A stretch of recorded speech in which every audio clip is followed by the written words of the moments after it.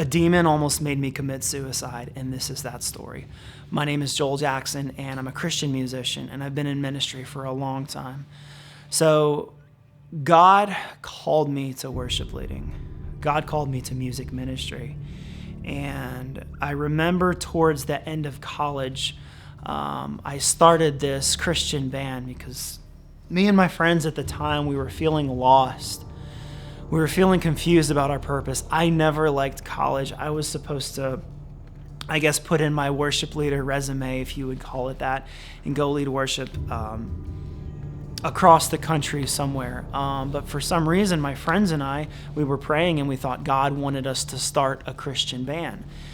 And my whole life before that, I had played in youth group, but I'd never went out and played in a band for Jesus. So I never really fulfilled my calling. So this was really the first time towards the end of college when I decided, God, I want to spend my life telling the world about you, telling the world about Jesus through music. And I think what happened there is the devil did not like that, and he sent one of his demons to try to make me kill myself. It started off really weird. I don't know if you guys know what sleep paralysis is, but it's kind of like this state where you're half awake and you're half in a dream. And for the first time, like I said, towards the end of college, I was waking up half awake, half asleep, and I was seeing these shadows come into the room. I was feeling this weight pressing down on my chest. And I'd never experienced this before. And at the time, I didn't know what sleep paralysis was. But I believe that demons come in through our dreams. And this was the first sign that the devil was kind of not liking what we were doing. And I feel like he was trying to scare me. We had literally just started this Christian band. I think we had done 2 shows. We'd been a band for 2 months. And I started to see these shadows. So the first step of the demon making me want to kill myself is he just made himself known in my life. I would be sleeping in a dark room and I would kind of see shadows. In a way, it wasn't just in dreams. I would walk into a room and I would feel something. I would feel something really dark. And that was the first step. That was the first year. The next part of the situation, I got in this relationship with this girl that I was just crazy about. Just absolutely crazy about. And long story short, we ended up breaking up. So this is probably 2 years into the band. I thought I was going to marry this girl, and we just didn't work out. I wasn't the most attentive or best boyfriend. I had to deal with all this band stuff, and I never really learned how to do a relationship, so it didn't work out. But I feel like the devil used that situation to come in even closer. It wasn't just shadows anymore. This was now I remember one night I was sleeping in my apartment. I lived by myself on the second floor of this apartment that was kind of in the corner of the woods. And I had this dream that I was asleep and I could look, here's where I'm sleeping, and then you look and there's this hallway that you can't kind of see around, and there was this mist coming from that hallway. It almost looked like the Grim Reaper or something. And like I said, this was a dream, and it was coming, it was over me, and I could feel its shadow. And then I woke up, I just woke up out of the dream, and I felt something was in the room.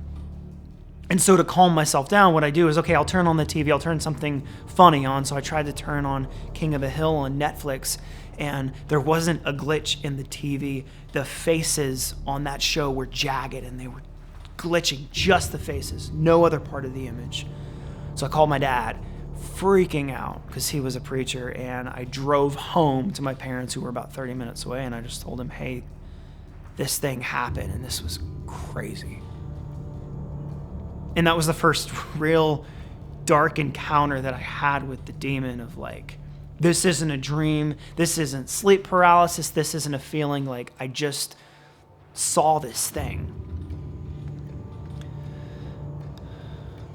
So the next part of the story, we end up making a music video. I end up writing a music video that is inspired by this dream, where there's this guy who's in a dream world and he's got this sword, and then there's this monster coming at him, and they like sword fight and go after whatever. And we're just trying to kind of show people that there is a spiritual war going on.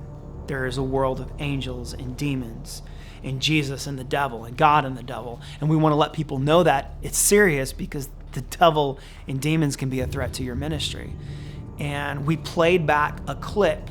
We were shooting this whole thing in this dark basement, and someone had, I guess, died in the house, and I don't know how relevant that is.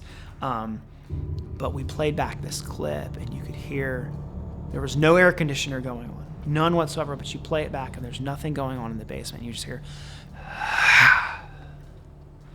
and we were like, how does that happen? I'm a video person, so I know that like, oh, it wasn't like a distortion in the audio. This thing was around me. This thing was coming around me. And this was all in the middle of like dealing with getting back with that girl that I'd broken up with, and not getting back with her, and all these dark things. But at some point, a few months later, we finally ended things, and I played this acoustic show where we basically led worship at a coffee shop. And I left that concert. It was a great concert. 150 people showed up. We could barely pack anyone in. And I left the concert, and I felt death. I felt horrible. I felt morbidly depressed. I felt so sad. I didn't even know what to do. We all went to eat afterwards, and I just sat at a table with 15 people who were so stoked about the show we just played, and I had a hood over myself, and I was just staring at the table. And I told my friend, I said, hey, I'm going to leave, and I went home. And people started posting photos of the show, and we actually have the photo. And there is this mist coming up from the floor in the photo. It wasn't there. It wasn't a reflection. It was just this dark mist coming up. And it's so crazy that what I felt that night was for no reason, just depression and sadness. And I believe that was the first night that the demon was like, get ready, because I'm about to let these thoughts come into your brain. I'm about to, here's your purpose towards Jesus, and I'm going to throw you away from that. You're not going anywhere near that. That's what it was saying to me. So, the girl that I dated, that I thought I was going to marry, she ends up dating another guy.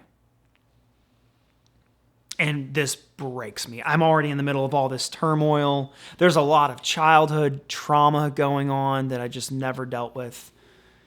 And my ex-girlfriend starts dating this guy, and I see this photo of them online.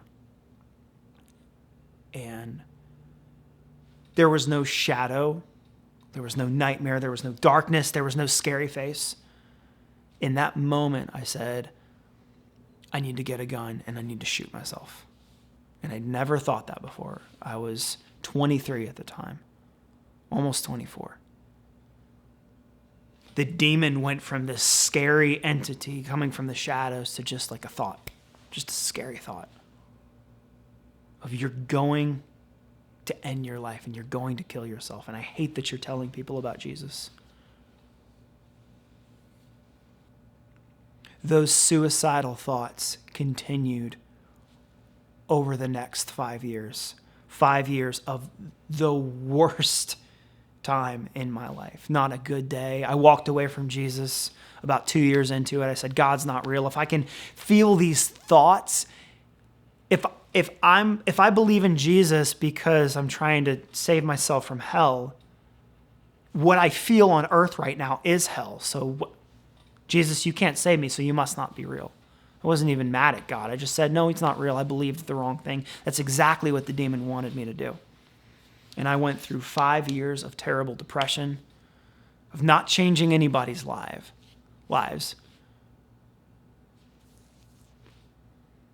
not doing any good, being the worst version of myself. After about 5 years, I had enough. I had just felt so much pain and darkness. This demon drove me away from church, from Christian culture, from Christian friends, and I made some of the worst friends I had ever made in my entire life. And we're not even talking about crazy party people. We're just talking about people with warped minds. And I kept getting more suicidal over and over and over and over again. And then I realized it was Jesus who was keeping these suicidal thoughts at bay. And if I ever wanted to beat this demon or this dark thought that I had to let Jesus back in. So I called my longtime preacher friend and I said, hey, I've walked away from Jesus, but I want to come back. I need him back in my life because I feel like I want to end my life. And I need Jesus to protect me from these thoughts. And he prayed, and he prayed with me, and it was gone. The demon was gone. Just like that. Suicidal thoughts gone. And I started a Christian band back up. I met these guys in this famous Christian band, and they helped me move up. And I'm living to tell this story and this warning that when you walk into ministry and you want to tell people that Jesus saves and you want to tell people that God is the answer, that the devil is going to come after you with everything he has. The devil is not a fool. The devil's not an idiot. The devil is terrifying and he will try to run your life in the ground. But cling to Jesus. Because looking back, if I had just clung to Jesus that whole time, that devil wouldn't have ever gotten close. But I slowly walked away. So friends and people and whoever is watching this, if you're about to walk into ministry, draw near to Jesus, because the devil will send real life, scary, terrifying things into your life to try to get you away from Jesus. But Jesus is the protection from that. Have a good day.